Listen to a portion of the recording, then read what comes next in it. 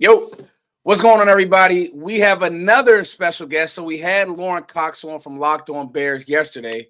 We have a very, very special guest on today, Zach Wolchuck of where? Zach, you're everywhere. 105. Where are you, Zach? You're on the radio, the flagship station. You're with the draft show. You do it all, man. Thank you for coming on, man, for sure. Yeah, dude. I appreciate you having me, man. So, yeah, I'm on 105 through the fan, G-Bag Nation, 2 to 7 p.m. Central Time. You check us out on the Odyssey app as well if you're out of town. Do dabble in the draft show. And then the Love of the Star podcast now as well, also an Odyssey podcast. I've jumped on with Brian Broaddus and Eric Chiafalo. So just trying to do as much as I can, man. Yeah, and Zach, I got to tell you, high level, your draft thoughts. I try to get people who think outside the box. So I've been listening to you now for about 3 years, and I've been covering the draft now for about 6-7 years. I'm like, Zach is sharp. Like he knows his stuff. He has some interesting thoughts, but he'll come at it in a way that's like, oh, that makes sense. So I'm honored to have you on the show, man. And Zach, we want to get right into it. So we obviously know the big names, the headliners, the hits.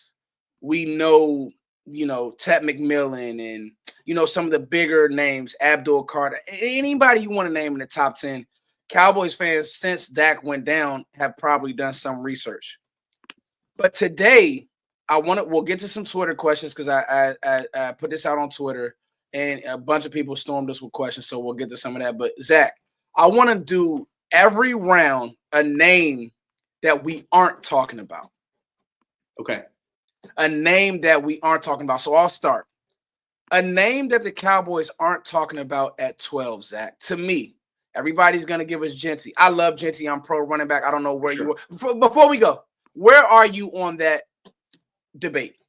I'm pro running back. And, I grew up, Emmitt Smith is my guy. So, I got a soft spot for running backs. But I never felt this whole anti-running back revolution that went, you can't take a running back in the first round.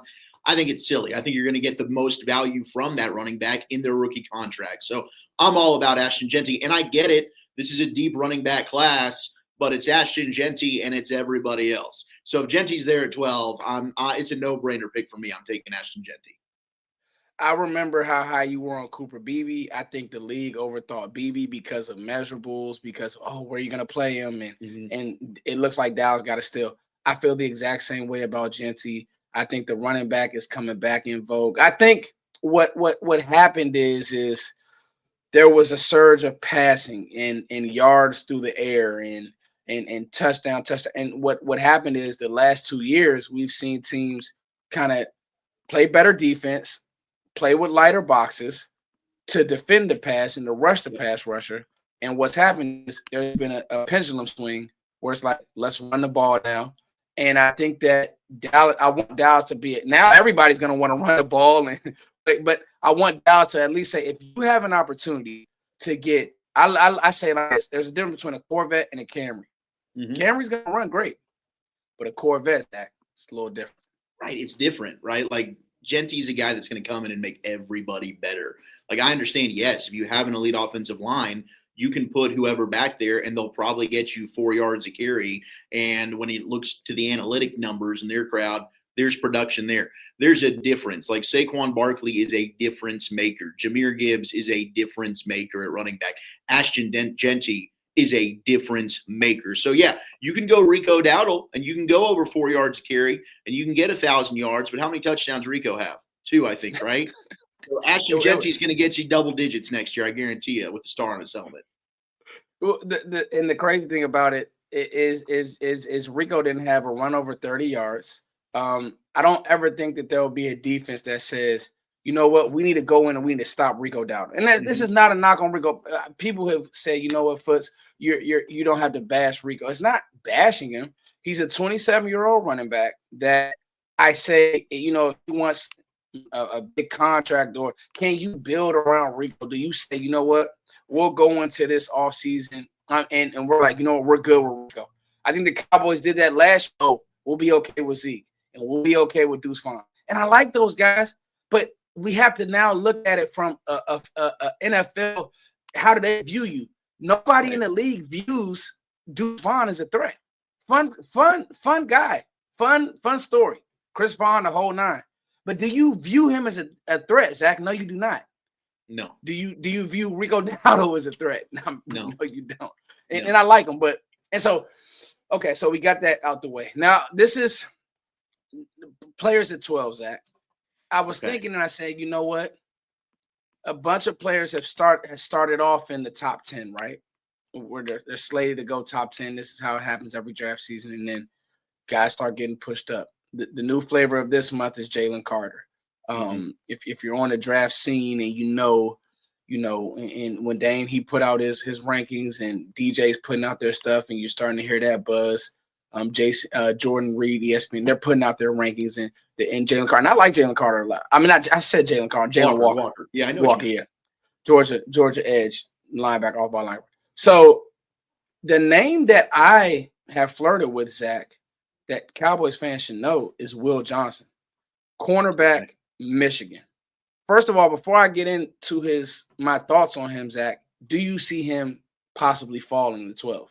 I do, and he's a guy that to the beginning of the process, he was like a top 10 dude. I know Dane had him really high in his top 50 initially.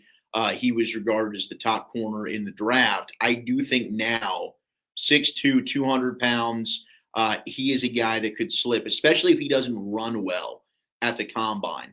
And that's my big question when I watched Will Johnson. Big press man corner, can use his size to his advantage, will move in the slot some. He's great in zone, chases a play down from the opposite side of the field versus Texas, saved a touchdown. So you see like, hey, this isn't even my responsibility, but I'm going to go ahead. The effort's there, the hustle's there, can make plays on the football, but not elite speed. So that's the one thing for me. Like, is he special? Is he a guy that I would take in the top 10? I didn't see top 10 pick with elite traits. I think he absolutely could fall to 12.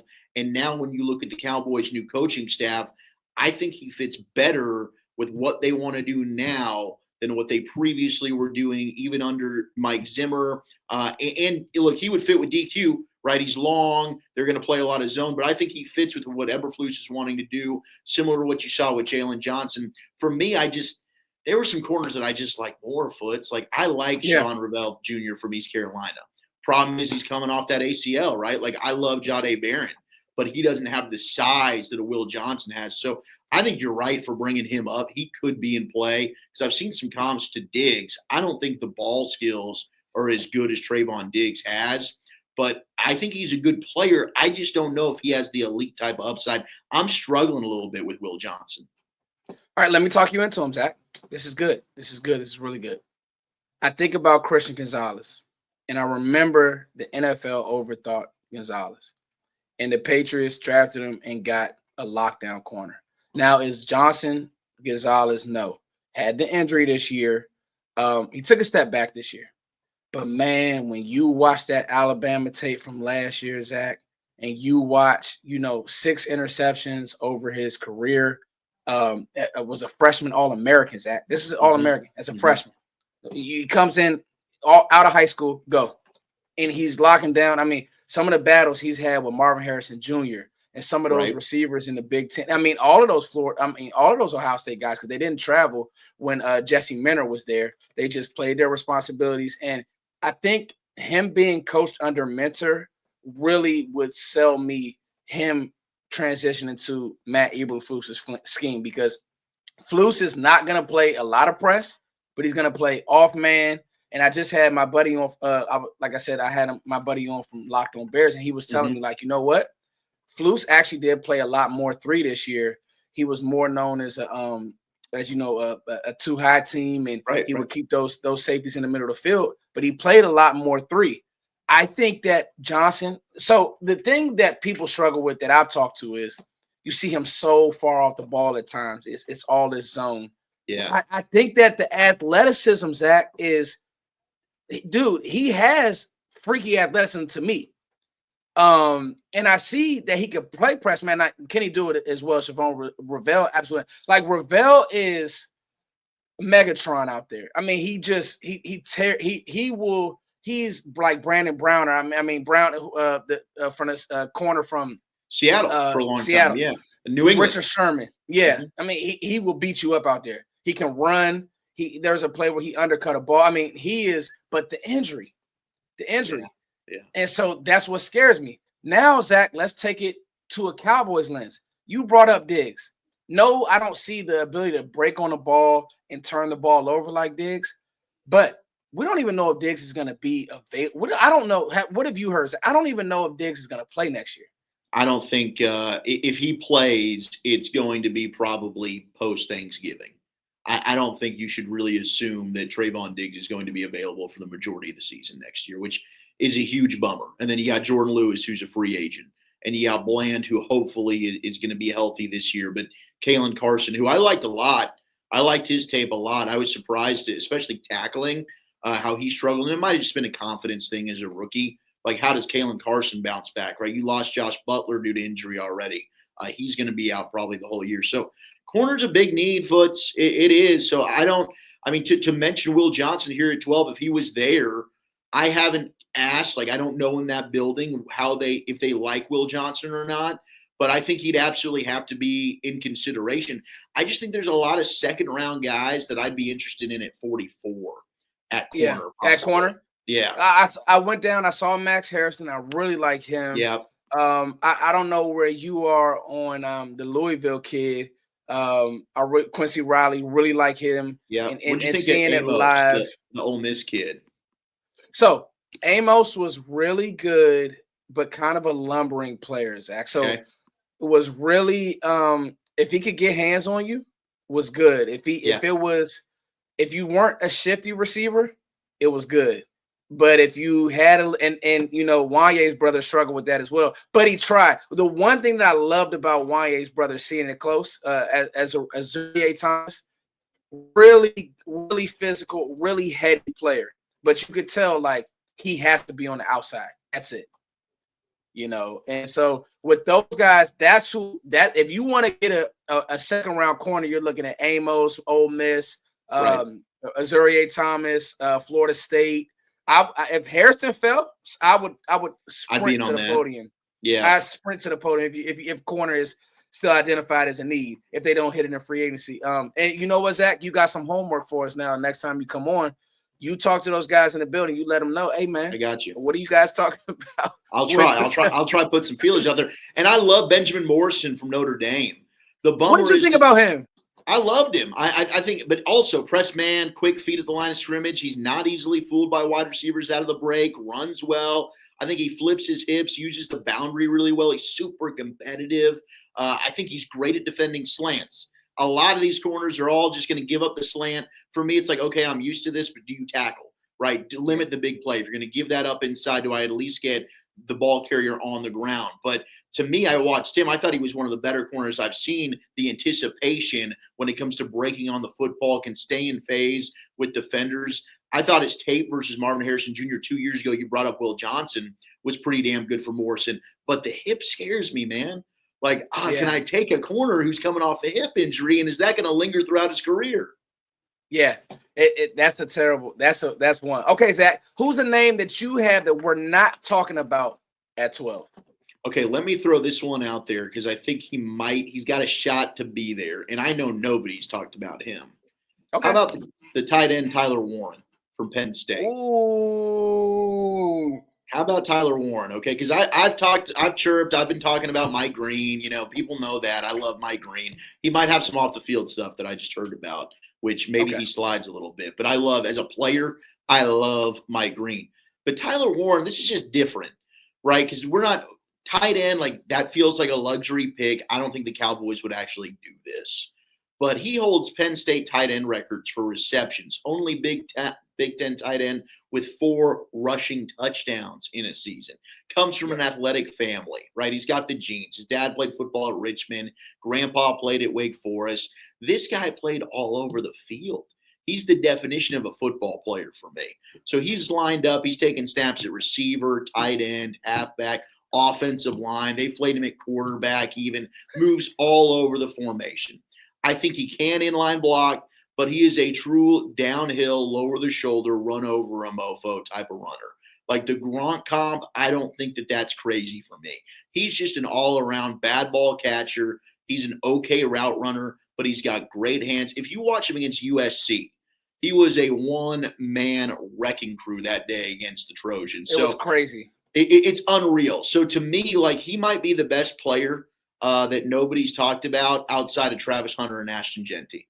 Like I think Tyler Warren for me is one of the best pure football players in this draft.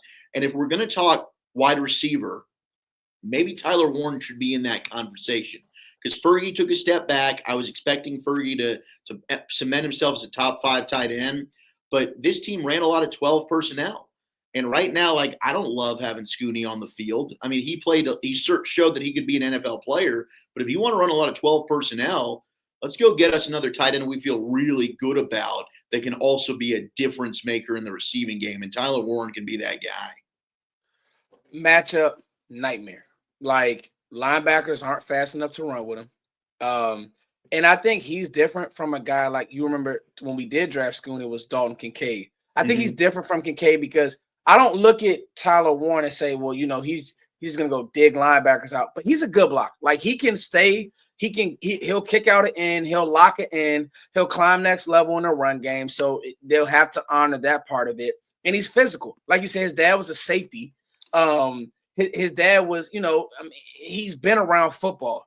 To me, that's one where you say, you know what? We're going to stay ahead of the mindset. So we get a weapon because he's a true weapon to me. He's a weapon where it's like you can hand him the ball, you can get him on outs, and he'll not only catch the ball, he's a yak guy, Zach. Yes. Like he's a real yak guy. When they're playing Boise, stuff to bring down 100%. Yeah, Boise State game. Bro, that was their offense against Boise State. I'm watching Drew Allen, everybody, Drew Allen. I'm like, yeah, okay, not bad, but I mean, he's just throwing up prayers to Tyler Warren, and he just comes down with it was incredible. So no, I completely listen. That's a name that I wouldn't be mad at because you can make it make sense, right? Let's say you get wiped out at Genty, or let's say the Cowboys say, you know what, Little Rich here, but we'll get this tight end because he makes life even that much easier. We can live in 12. You have to tell us if you're going to play base personnel on defense. And oh, by the way, you don't have linebackers that can run with this guy. You just don't. Amen. And what's Dak's best throw? The seam. He kills. So I got 2 tight ends that can kill the seam route in Ferguson and Warren. That's Dak friendly right there. Yeah, that's extremely Dak friendly, and it's a different way to think about it. I mean, you look at how so I don't think he's quite our Georgia kid from last year because he came in and the Raiders had just drafted Michael Mayer, and he came in and was Brock Bowers was just like, I'm sorry, this is my team now. But I think he's of Zach, I think he's of that elk, like he's of that bloodline of like, I'll come in, I'll take over these games. It's no problem for me. It's just different to the eye. You know what I mean? Yeah. Like Bowers was kind of receiver playing tight end. Warren, you're never going to say like that's a receiver in a tight end body. He's not. He's a tight end.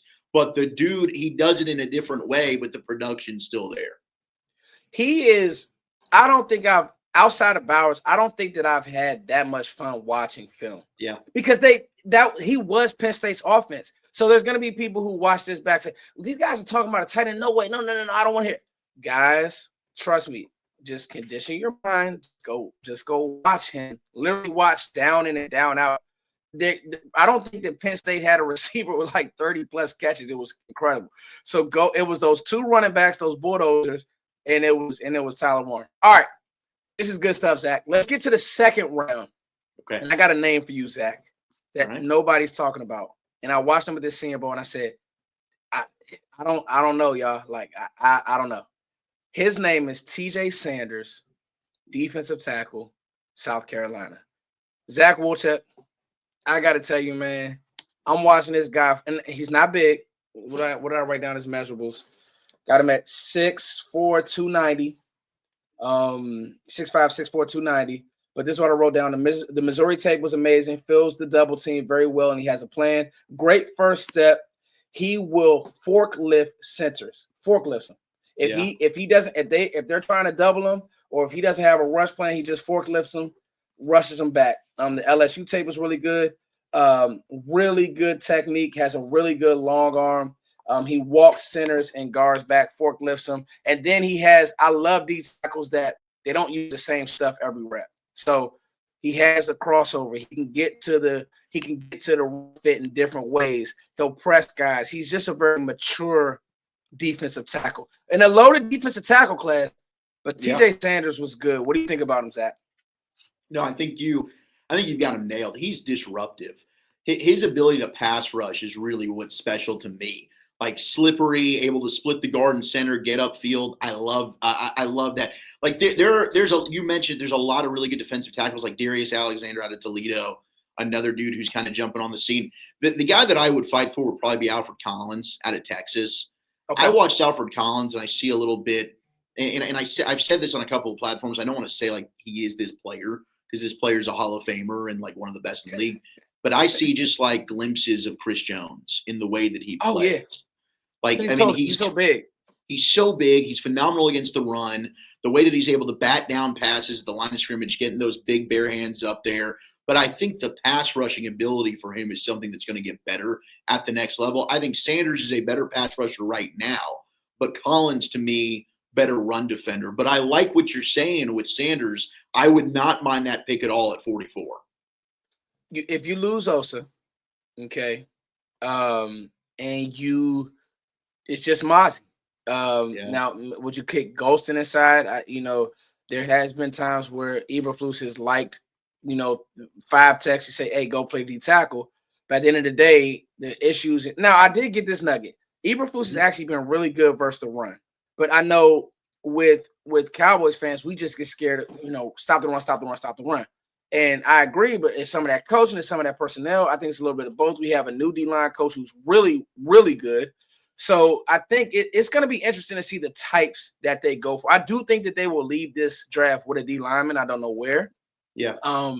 But I would love to have TJ Sanders on this team, even over some of the weapons. And I'm pro weapon. Don't get me wrong. But this D tackle class is legendary. I think you'd be fooling yourself not to draft one. Give me a name in the second round, Zach, or were you good with Alfred Collins? Okay. Second round, and this is a guy that I loved when I first watched him. I just was trying to figure out where can I fit him on the Cowboys. And then today, Brian Broaddus brought up an interesting development to me and asked me, do you think this guy could play center? I said, you know what? Yeah, I think maybe he could play center. And then I asked Dane Brugler, I said, hey, what do you think about this dude as a center? He said, I think he's the best center prospect in the draft. And apparently he played center in high school, and this is Gray Zabel out of North Dakota State. 6'6", 305, fifth-year senior. He spent time at both left guard and right tackle, played left tackle this past season, but he's already showcased the position flex. He's an honor roll dude, so you know he's a smart kid. Dad played football at Northern State. Mom was on the track and basketball teams. Won 3 straight titles in high school playing on both offensive and defensive line, did Gray Zabel. I love the play temperament and aggressiveness that he plays with. Like, that's part of why I fell in love with Cooper Beebe. I want big, mean, strong, nasty offensive linemen. And Zabel is that. He can play a little high, and that'll allow rushers to slip underneath him, but he's really strong. I love the quick first step. He will drive bodies off the line. And if he can be a center for you, and now you can move Cooper Beebe to his natural position at guard, well, I believe he could be an all-pro player. All of a sudden, this offensive line is looking really, really strong to me. And, you started the Cooper Beebe train. So if it comes to Cooper Beebe, we gotta go to Zach about Cooper. So, I guess for me, that's the type of remixing I want Cowboys fans to think outside the box, right? Like, yeah, okay. Yes, O-line first round. Josh Simmons, okay, love him, injured guy. I honestly like his teammate a little bit better. I love Donovan Jackson. I don't know if I love him at 12, but the way he was able to kick out to tackle Zach for that run, the playoff was cool, right? But and then everybody will give me Kelvin Banks. I gotta tell you, I'm out on Banks. I don't like his ankles. I don't like his. What is it with the ankles? What is it with the ankles? I had this thing with. This is why I think the Tyler guy will be fine. If strength is all he has to worry about and the foot quickness, I'm cool. There's too many times that I don't see good bend with his ankle flexion, Zach. Okay. Like, there's too many times with Banks that I just see Like if there's speed, he struggles. If he has to, if there's a rusher that gives him a second move and he has to recover, he struggles. He's powerful as hell. Don't get me wrong, but I've seen teams make mistakes with powerful guys, especially if let's say the Bears draft him. Hey man, you going to play left tackle? You going to protect Caleb Williams day one? None of this guard stuff. I think that with Gray Zabel, first of all, I saw Gray Zabel in person. He's flawless. I mean, the only reason why I think he's going to go later in the draft is because he played at North Dakota State, which is crazy to me because it was in North Dakota, South, either North Dakota State, because North Dakota State, they are really coached up over there. But again, smaller school teams will probably say, you know what? I don't know if he is played against the top-notch competition, but he was fine. He played some tackle at the Senior Bowl. He played some guard. He played some center. Like during board drills, he was everywhere. So I love that one. And I just don't think that this offensive line class warrants a top, really for me, 15 pick. But that's me. You know, people have their thoughts, but I watch Kelvin Banks and I just say, I don't see 15-year starter at left tackle. Could be wrong, but I don't see that. I do love that you brought up Donovan Jackson, though, because I think he might be the cleanest lineman in the draft. I don't have a doubt that Donovan Jackson's going to be a good pro. And as a guard, I think he's going to be excellent. But what he showed was he got better every game when he played left tackle. Like, I get it. I saw Abdul Carter really he struggled. He struggled against Abdul Carter, right? But who doesn't? Yeah. But I am a big fan of Donovan Jackson. And 12, I think, is too rich. I agree with you. But if they were to move back, pick up maybe an extra third-round pick, and all of a sudden you're in the middle of the first round, I think Donovan Jackson's a plug-and-play guy out of Ohio State. No, I really love him. All right, Zach, we're going with a really, really deep dive. Let's go third round, and I want to let you start. We'll cap it at the third round, but hopefully fans really got some cool insight. We'll do a couple questions from Twitter, then I'll let you go. Third round, Zach, give me a name. Okay. And it's tough because you don't know how to draft. Will they be there? Yeah. I'll give you two. One guy I was thinking about, Andrew Makuba, safety out of Texas. I love him. I mean, he could fight for best safety in the draft, in my opinion. Physical as hell. He's going to come up and smack you, but I think his coverage ability, he'd instantly be the best safety on the team, in my opinion. But I want to just throw some love to JTT. JT Tuimoloau for the edge from Ohio State, 6'4", 269. Jack Sawyer got all the love from Buckeye Nation when it came to the playoff. And I get it. Captain Jack made his play, and he returned it for a touchdown. JTT's a better player, okay, in my opinion. In my opinion, JTT with the spice better than Jack Sawyer. He was the highest-rated defensive prospect to sign with Ohio State in the modern recruiting era. So this dude was a badass coming out of high school. Power is impressive. Love his bull rush. Gets a good jump off the ball. Can crash down the line, play the run. I love the way he uses his hands. He's rarely ever knocked off the line of scrimmage. He plays with a good base, high motor. He's physical. He's instinctive. Now, he's not super bendy. So guys like my dude John Owning, like he's looking for that bend, that explosiveness around the edge. JTT's just a good all-around end, like what a Tank Lawrence was, like what Marshawn Nealand is for you. So is this dude a double-digit sack guy? I don't think so. But he's a dude that's going to line up, and I feel good that he's going to fulfill his responsibility. He can give me some pass rush, but he's also going to be able to hold his ground at the point of attack and set the edge. I just think he's a safe, steady player. And if he was on the board at 76 and the Cowboys haven't taken a defensive lineman, give me JTT out of Ohio State. I think that's a really good one. I like him. I like Sawyer.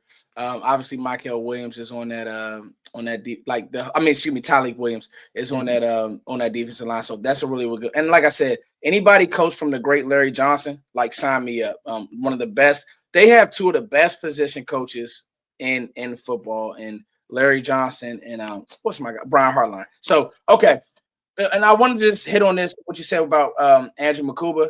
Man, I just want to show you. I don't know if they can see it on here, but runs the alley.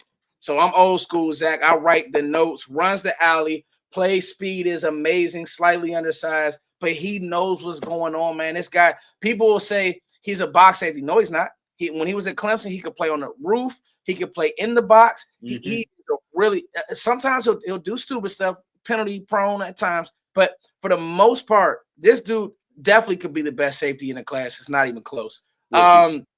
For me, a name that people have forgotten about, Zach. Jordan James, running back, Okay. Oregon. Okay. I think that he is going criminally under the radar, and I love it. Because if you haven't got your back and you're wiped out at Judkins, you're wiped out at Devin Neal, you get into the third round and you're like, who we got? We got our centerpieces, but who could we hand the ball to? I think of Jordan James, and the game that put me hip to him was 2 years ago when they played Washington. And I'm watching the game with Michael Penix, and it was a big game, and Dan Lanning and the whole nine. And I knew about Bucky Irvin. And I just kept saying to myself, who's this other back? I mean, this guy's hitting the hole. He has vision. He has great contact balance. Who's this kid? And then this year, all he does is rush for 1,200 yards, 15 touchdowns. Now, he doesn't have ideal physique. Like, he is 210 pounds, but he's short. I don't think he's listed as 5'10". He's not 5'10". He's probably 5'8", 5'9". Yeah, he's light. But to me, Zach, just watching the film, does everything good, catches the ball well. Had a Texas route for a touchdown last year. I forget who they were playing. He's a smooth running back, Zach, and I would be thrilled if Dallas drafted him if they missed out on a Genty or somebody like that. Do you like Harvey or James more? Harvey from UCF. I like James more. Okay. See, More I'd lean complete. Harvey there, but I see what you're saying with Jordan James. Like, I mean, he's got a lot of similarities to what made Bucky Irving successful. And I know they're the same school, so it's like you don't want to scout the helmet. But I see what you're saying with Jordan James. I would not be upset about him at all. Yeah, Jordan. Now, with Harvey, I think Harvey is a little faster. Yeah. Jordan James isn't going to run away from you. That's his – I won't say it's his kryptonite, but I think that's where you could say, okay, that's not what he does best. But I will say, man, I love this film. I saw somebody who was very, very physical, tough to bring down. I look at little things with backs. After they take a tackle, how long does it take them to get up? Are they still energetic? What's their vibe? His vibe never changed. He wanted smoke. I just really like the player. All right, Zach, let's get to a few questions, and they can be quick hitters.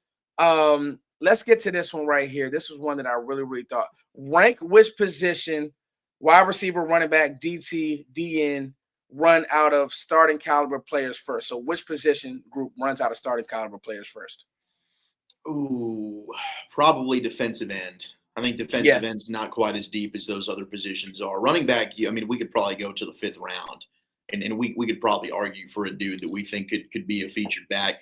Wide receivers, a better position group than I thought when I initially started. Like seeing a guy like Nick Nash, the Shrine Ball from San Jose State. I like him a lot. Efton Chisholm, little dude from Eastern Washington, can play. But I think it's certainly defensive end. There's not a lot of ends. I'm like, man, that dude can start day one for me. Okay. This is one that everybody wants to know. So, Zach, let's just hit it now. Would you trade back? For me, it depends on who's on the board. It depends on who's on the board and what you've done in free agency. I don't want to trade back from a great player. I understand you don't have the 4th round pick. So what am I getting? If the quarterback tax is high and, somebody wants to take Tyler Shuck because he's the flavor of ice cream this year, cool. But it all depends on who I'm trading back from. Dallas did it last year, so they showed that they're not scared to move. So for me, and I'm not trading out of the top 20. That's just me, because then it starts to get slow there. So I'm not trading down. A good amount of people ask that. Let me get you one more, Zach, and then we'll get out of here. Okay. Let's see. I had a good one, Zach. Okay. So so somebody says, what combo would you prefer? Ted McMillan and Caleb Johnson, or Ashton Genty and Jack Bench? I like all 4 players a lot, but dude, that's Ted McMillan and Caleb Johnson. Are you kidding me? That's my wide receiver 1 and my RB2. You get Ted McMillan falling to you at 12. I think that's like CeeDee Lamb falling to you at 17. Ted McMillan is an absolute savage. I love him. And then Caleb Johnson, to me, I think I've got him ahead of Hampton. I love Caleb Johnson. So you've hit a home run if you take both those dudes. After Genty is going to be Henderson, Hampton. It's going to be like juggling. But again, scheme, playing, all that matters. I think Henderson has that A1 explosiveness. People saying, "Oh, you get him in the third round." No, you can't. I don't even think you'll be able to get him in 44. But No. if that means that you can get Caleb Johnson at 44, sign me up. So it's going to be a lot of fun. Zach Wolchuck, I know you got to go, buddy. Thank you so much for joining me. I want to do this again with you very, very soon. I feel like we got to a lot. I feel like we got to a really nice deep dive tonight. So thank you so much for joining me, bro. Dude, keep crushing it, man. I'm a big fan. Thank you very much for having me. I'm down to do it whenever, dude. I enjoyed it. Hey, much love to you, Zach. Peace. You as well, brother.